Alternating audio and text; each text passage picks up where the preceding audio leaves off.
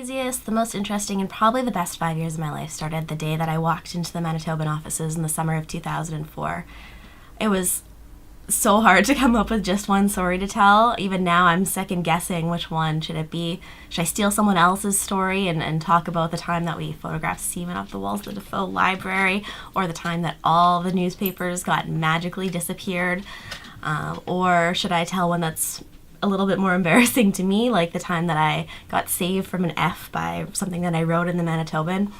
But I'm probably the only Manitoban editor-in-chief who had the ignominy of having my face put on not one but two posters.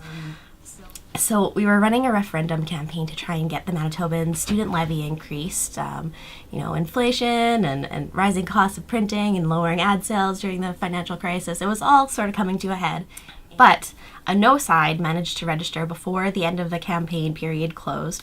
And what they lacked in organization, they made up for in tenacity. So one of the things that they did was they made up posters with my face on them and my name, and said that I wanted to use the extra of students' money to buy beer and popcorn for the Manitoban staff, which obviously was not true, although we do like beer and popcorn.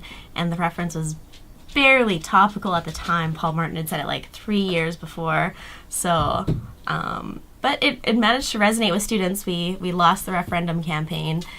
And I really wish that I had saved one of those posters, because in retrospect, obviously, it's quite funny. At the time, I thought it was about as low as I could sink, and yet I was wrong. A few short months later, we published a story that had no end of controversy because of a word that was put in the paper after debate by Ed Board. You know how these things go. It got pretty heated, and we voted in favor of keeping this word in the paper, and a lot of people didn't really like it. So I got to be on another poster all around campus, my face.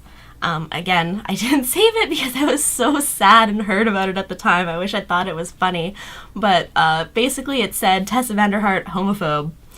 We turned it around. We didn't win the referendum. We were not that popular that year, but eventually the paper did go on to win the referendum, probably with the steam that we built in that campaign, and now they have a stable source of income. They don't have to worry every year about where the money's going to come from, and they have a little bit more financial stability. So, and I learned how to deal with trolls.